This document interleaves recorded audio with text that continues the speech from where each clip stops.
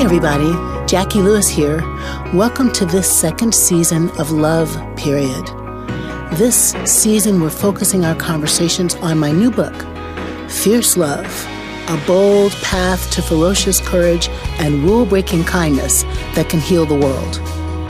Each of my friends will be helping me to think about the themes in each chapter, 9 practical practices that can help us love ourselves, love our posse, and then love the world into healing. It all starts with you, and we're going to give you practical tips to make these practices a part of your life. Today's show is inspired by the second chapter in my book, Fierce Love. The title is Speak Truthfully. It will set you free. I'll be joined in today's conversation by my friend Michael Ray Mathews, who is Deputy Director and Chief Faith Officer of Faith in Action, a national community organizing group that is making a more just society. But when we're not at work, I call Michael Ray Forge, because he is my friend in the Auburn Senior Fellows group. And Michael Ray actually does create tools and tactics for the movement. I hope you enjoy this conversation. Michael Ray Mathews. Hi, Forge. It's good to hear your voice. Hey, Storm. Hey. I think so we don't confuse people, we should tell people a little bit about Forge and Storm. Can you do that? Absolutely. Well, our dear brother, Otis Moss III, also known as Bishop from the Marvel comic universe, took time to name many of us in the Auburn Senior Fellows cohort. And he gave you the very appropriate name of Storm, because you're always stirring things up, changing the weather in every place you inhabit. And he called me Forge, which I didn't like when I first heard it, because I was like, who is that? Nobody knows who that is. But Forge is a member of the X-Men universe, who is the intuitive creator of all the tools and technology that the X-Men and other Marvel characters need. He's the one who's often behind the scenes, but is a sage warrior, if you will. And one thing we know about those two characters is that at one time, Forge and Storm were lovers. The fierce love of it all. The fierce love of it all. I love that part. How do you feel about your name now? It seems to me it suits you. It does suit me. I hate admitting that Otis was right. But it does suit me. There are many things about who I am as a rather introverted and intuitive person, and as someone who's a systems thinker and is always trying to organize and bring things together and support the team. I'm always trying to forge paths for myself and for others. So I've come to embrace that identity fiercely. Yes, you have. You forge new ideas, you forge relationships, you forge alliances and help other people forge them too, Michael Ray, across difference in your organizing work. Mm-hmm. What's love got to do with organizing? Oh, man, it's the heart. It is the heart. We teach a model of organizing in Faith in Action, formerly PICO, that like many of the organizing traditions that come out of that world from the late 60s, is rooted in understanding of power, understanding of, but also an understanding of self-interest. So power and self-interest, of being able to move decision makers. But at the heart of it is this notion that power and agency are within us, and that there's something about what happens when we tap into that power, we tap into that story, and we share that with other people who are also tapping into their own power and agency and call and story. And at the end of the day, what we're really talking about is love. At the end of the day. the power of relationships is love. And probably the most provocative and most spiritual question that's been asked in that tradition is, who do you love? Mm. And it's a question that you have to come back to over and over again in this work. And you have to ask about love of oneself. You have to ask about love of the other. And you have to ask about, what's love got to do with the whole world? What's it got to do with the whole world? Yeah. I've been thinking a lot about the self-love piece. You know, as I wrote this book, all the world's major religions, as you and I both would say, have something in it about love your neighbor as yourself. Mm-hmm. Our Jewish friends love the stranger, right? Because it's so many times in the Hebrew Bible. Mm-hmm. Don't withhold from someone what you would need for yourself, I think is the way the Quran places it. Yes. One tradition says, don't hurt anyone's heart. Mm. Oh, I love that. Don't hurt anyone's heart. So at the source of organizing is love. How is self-love different than self-interest? Is it the same? Do they relate to each other? Yeah, it's a really important question, because I know the notion of self-interest is one that, you know, taps into some of our own notions about the difference between selflessness and selfishness. Right. Yep. And self-interest is not about being selfless in a way that you're thinking about everyone else but not really loving yourself. And I often have said, like, you can't really love your neighbor as yourself if the self that you love is false. So what does it mean to not be selfless, but to not be selfish? And self-interest, like, I think the root word of interest, it really has to do with how are we seeing what matters between us. Mm-hmm. So it's not just like what matters to me, or only what matters to me, or only what matters to you, but what matters to us.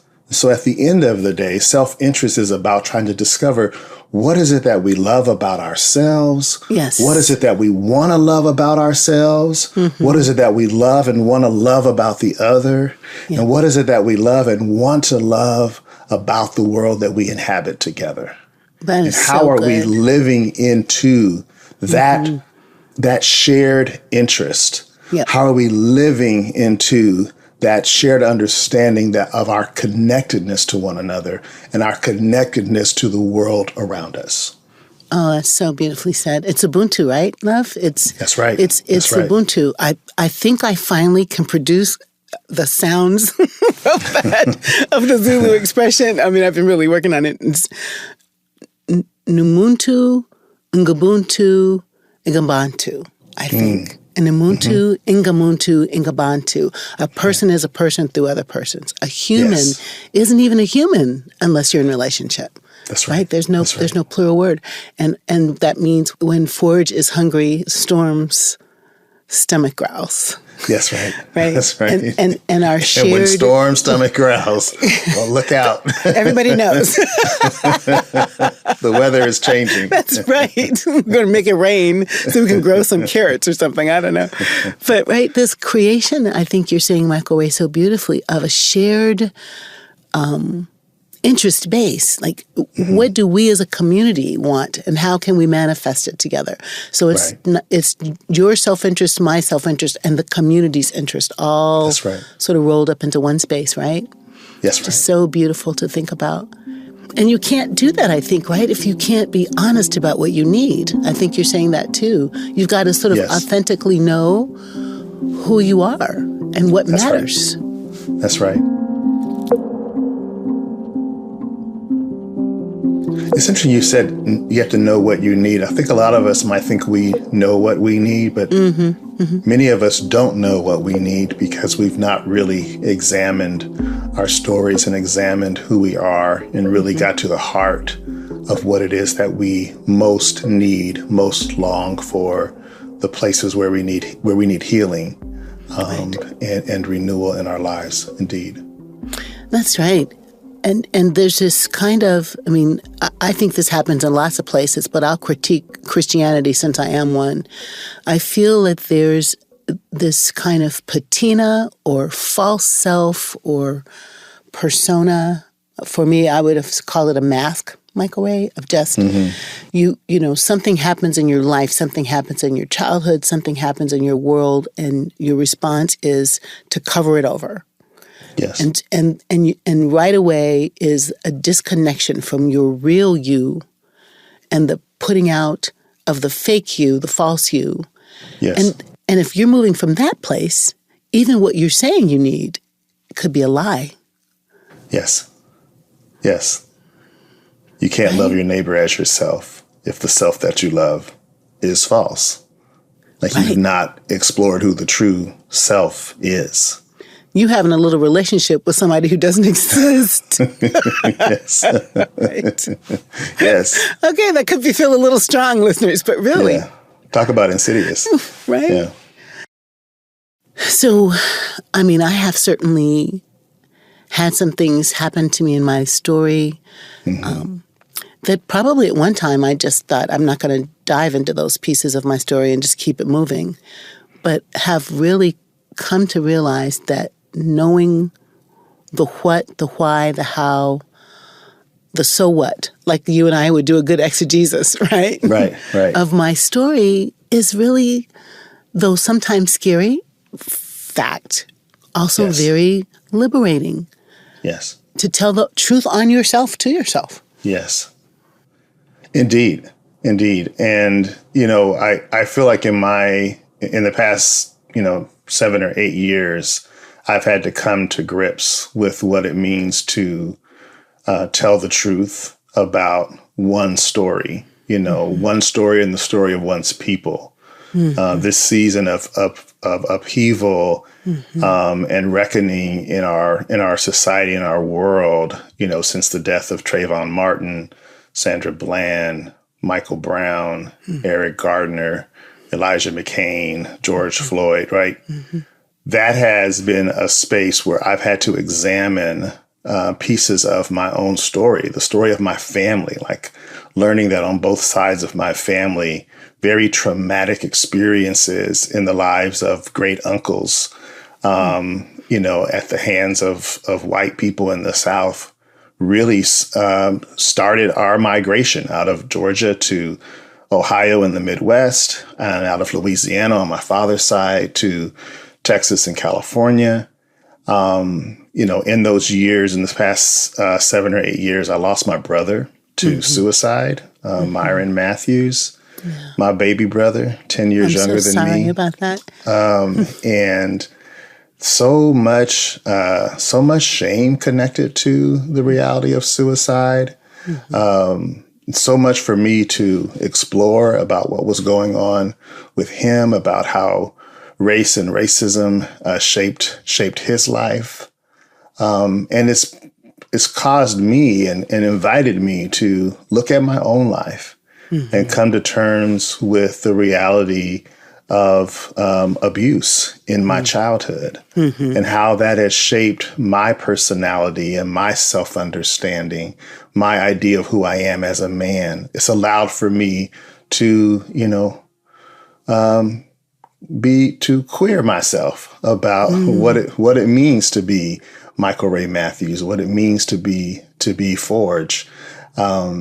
And I think learning how to tell the truth to myself about my family, about the people I love, but most importantly about myself, has given me a kind of freedom, but a kind of a vision, clarity, a capacity to see myself and to name some things that I couldn't name before. Name them in much deeper ways, that I can preach about what it means for us to build beloved community together in a way that is not ethereal, but is actually rooted and grounded in my own struggle to understand myself, my own struggle to love myself fiercely, my own struggle to love my kindred and to love my neighbor, and to love my family and my community, and to love others in the world, including those who at times appear to be my enemy, my opponent. Well, that's just a whole word, as our young friends would say, right?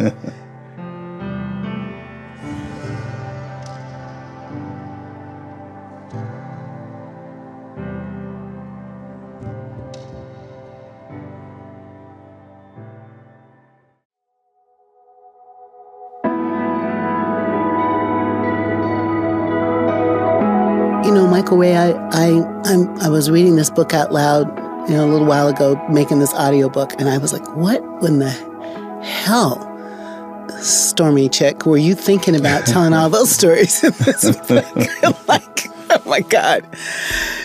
And I just remember when I was writing, sitting in my backyard, and this is like a book, 9 years in the making and then 9 months in the writing.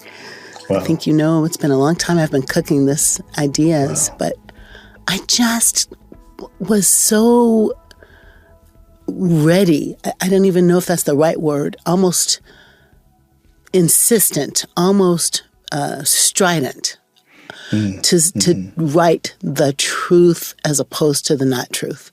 Now, there is a story I tell in the book that I tell as gently as I possibly can about a childhood abuse situation. But I thought if I don't write it, though, like if I leave that out, I'm leaving out formative stuff of my psyche, my soul, my life. And I as I was writing it, I was thinking, the truth of this is, though I was, a child, almost every day, that story has informed something in my behavior.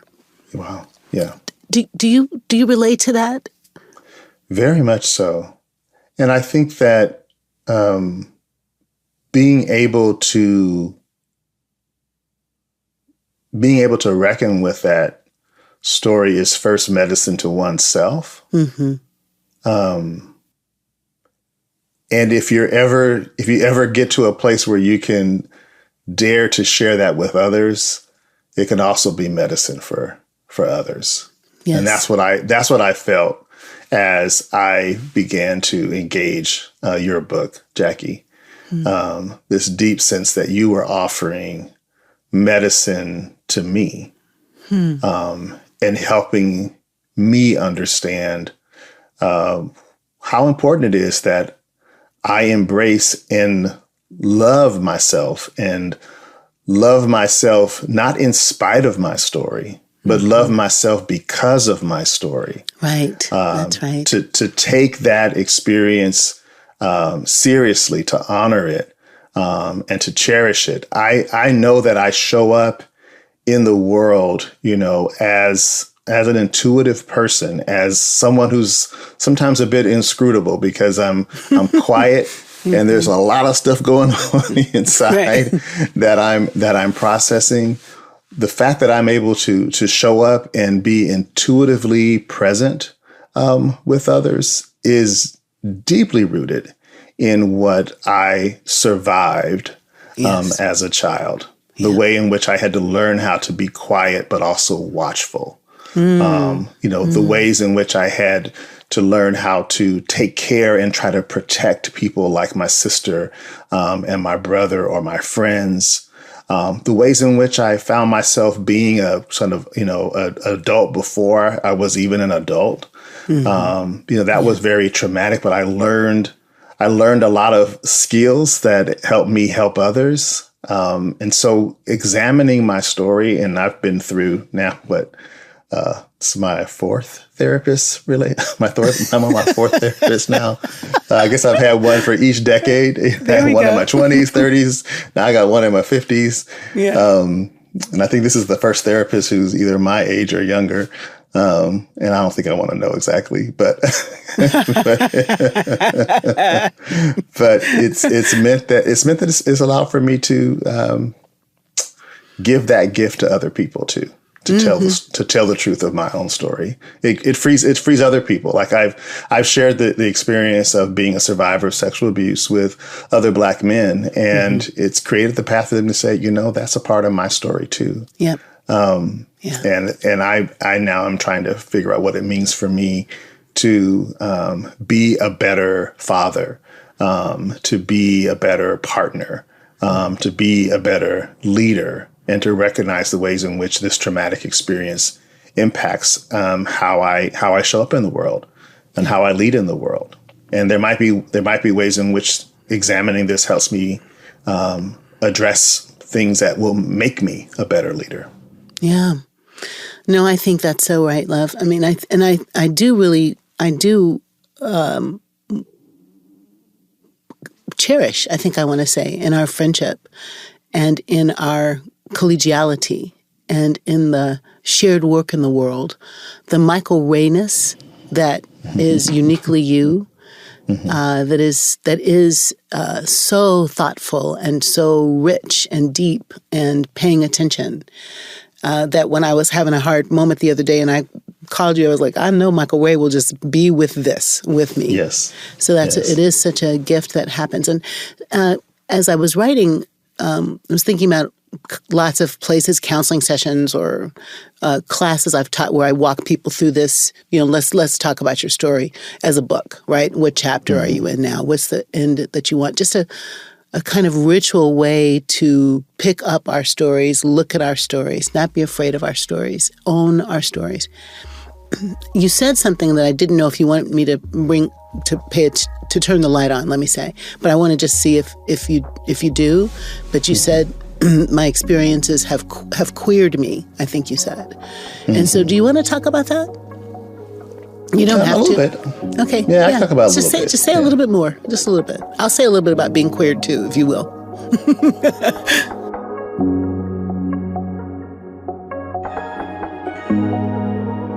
Yeah, no, I mean, I think there's just a lot about what it means to grow up in the world as a black boy. And as a black man, that's rooted in working really hard to prove that you are a man, to prove that you are masculine, to prove that you are strong. And I am someone who was one of those sensitive souls. And, for a long time, I wondered whether or not the abuse that I experienced sort of formed me in that way, made me, what some might call weak or sensitive. I actually think that's sort of who I am. Like, I think I am a sensitive person. And this happened to me. And in fact, maybe because I'm a sensitive person, I hear that. Somebody could see that in me and took advantage of that. And I've come to understand that that's a powerful part of who I am. I've had to queer myself to understand that a part of what makes me strong is my sensitivity. If you call it effeminate, sure, that's great. Isn't that lovely? Right? I love that. Right? I love that.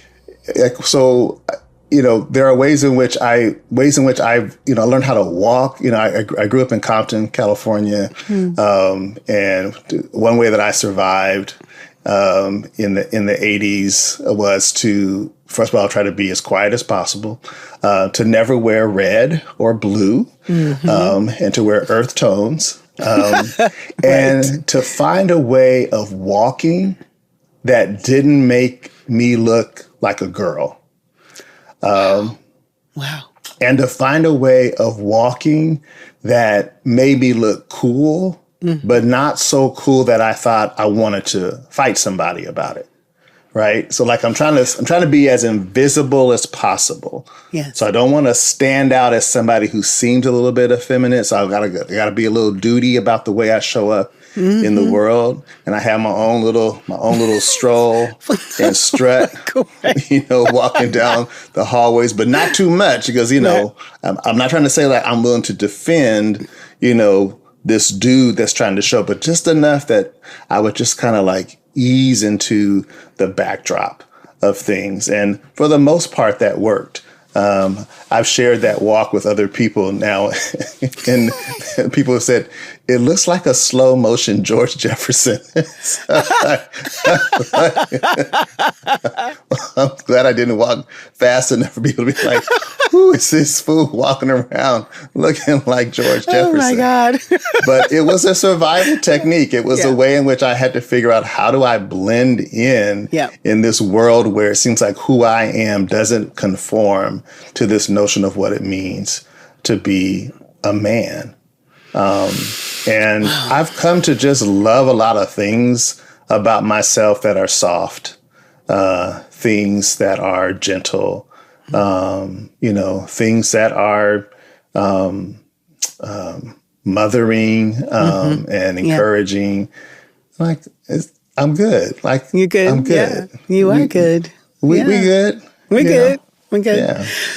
I am so interested in that, and thank you for coming to that space with me. I would never want to push you there. Yeah, I think I have such a parallel story about that in a way, having survived childhood sexual abuse as well, and I write in the book about how, and I had never put this together, Michael Ray, that I didn't get my period till after my 2-year younger sister got her period, till almost like a year after she got her period. Oh my goodness. I was like, I didn't, and then when I got it, I had it for like a month. Wow. And I didn't get breasts, sorry people, until I was 34 or something. I'm not kidding. Wow. And I have some now, but I didn't have them then. And I didn't have sex until 2 weeks before my marriage when I was 22. Wow. And I've told that story, and some Christian women be like, of course you didn't. I'm like, come on, people, get serious with me right now. Let me try to tell you what I'm trying to tell you. That I was really repressed. My body was repressed. My body wouldn't produce sexy-looking body. Yeah. It just wouldn't, right? It just wouldn't. It just was stuck. And what the word would be like, my energy around my sexuality was caffected in the abuse and the don't be sexy and the don't walk sexy, right? And the don't look sexy and kiss the boyfriend in the car and freak all the way out because he was aroused and just like I was stuck, love, right there for so long. Wow. And the person who abused me, when talking to some other relatives about it, this came back to me, said, I only did that because she was flat-chested, and I thought maybe, please forgive me, sisters and brothers, for saying this, I thought maybe she was going to be a lesbian. So I thought oh my God. So I thought I would like enter that scene and, help that not happen. Can you believe that? Wow. Yeah. That's intense. Oh my God. I didn't write that part in the book, but I'm saying to you, as I have both womaned up and, rounded out and got some breasts, and they're quite perky and whatever, all things. And even my queer friends are like, girl, you got the best rack, whatever.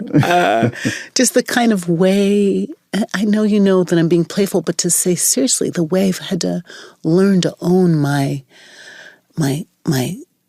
beauty or my sexuality or my sensuality or the power in that. And also then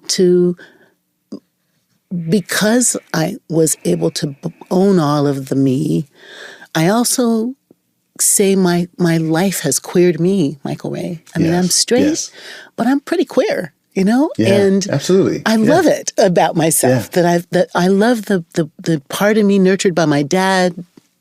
That's, like I can fix a car, I can build stuff. And those are gender stereotypes, but you know what I mean? You were trying to dude up and I was trying to woman up. And then in the space of getting womaned up, I own the dudeness of me too. Yes, and Does loved this resonate? And I love that. And I loved love it. that. Loved it fiercely. Yes, indeed. Or as Baby Suggs Holy would say, loved it hard. Loved it hard, right? Loved it hard. You find all of that in yourself, the God in yourself, the softness in yourself, the badassness in yourself, the I will kick your assness of yourself, all of that, and love it. Yeah. And that's like the most amazing place to get to. Yeah. Not too long ago, someone said to me, Michael Ray, I wish you had more balls. And when they said it, I heard all the times I was called, I was called a woman's private part. Oh. I was called the P word, right? So when someone says, I wish you had balls, I'm hearing you are the P word. Oh, no. And it didn't take very long after this person said that for me to go, no, I'm good. I'm actually, no, you're saying I'm that. Those parts are pretty strong. So yeah, fine. Mm-hmm. Yeah. Okay. I'm good. That's what you're calling me? Yeah, absolutely. Absolutely. Isn't that wonderful? I'm going to love that hard too. Because that somehow seems to be a part of my superpower, part of how I show up in the world. Come through, to be this person who loves himself fiercely and who loves others fiercely and knows that that's the truth. And the truth will set us free. Indeed. Michael Ray, what do you know for sure about love? That love grows. That love must be nurtured and watered. That love will blossom and bring forth fruit in your life. That love will sometimes feel like winter, but deep down inside, deep in the earth, love is still doing its thing. And so when you learn to just love and to grow love and trust in love, it'll set you free. Oh, that's so beautiful. And when you hear the words fierce love, what's that? What comes up for you? Oh, I see pink and fuchsia. I see Jackie snapping her fingers. Saying, that's fierce. That's fierce. It's revolutionary. Yeah. It's bold. It's bad. Yeah. All right. Yeah. I'm that. Peace out. Peace.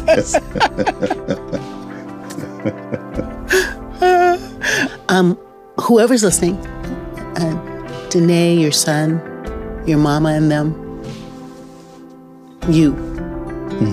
I love me some Michael Ray. Hey, y'all see my sister Jackie? This is my sister Storm. They all know about you. They all know about you and how important you are to me, Storm. You are such a gift to the universe, Michael Ray. Thank you. Blessings and peace. You too. Thank you so much for coming to this conversation. I wanted to leave you with a few thoughts about speaking truthfully. First, it can feel like a safe place to be, to hide, to put on your mask, to keep what is private, precious, painful out of you. But actually, it takes a lot of energy to hide, to create a persona. So step into the liberation of candor by starting with being honest with yourself. Tell the truth to yourself and see how light you feel. Secondly, truth begets truth. If you are honest in your relationships, if you are honest with your posse, if you are honest with your interactions in the world, I think people will rise to the occasion and meet you right there at truth. That's why our holy texts say, the truth will set you free.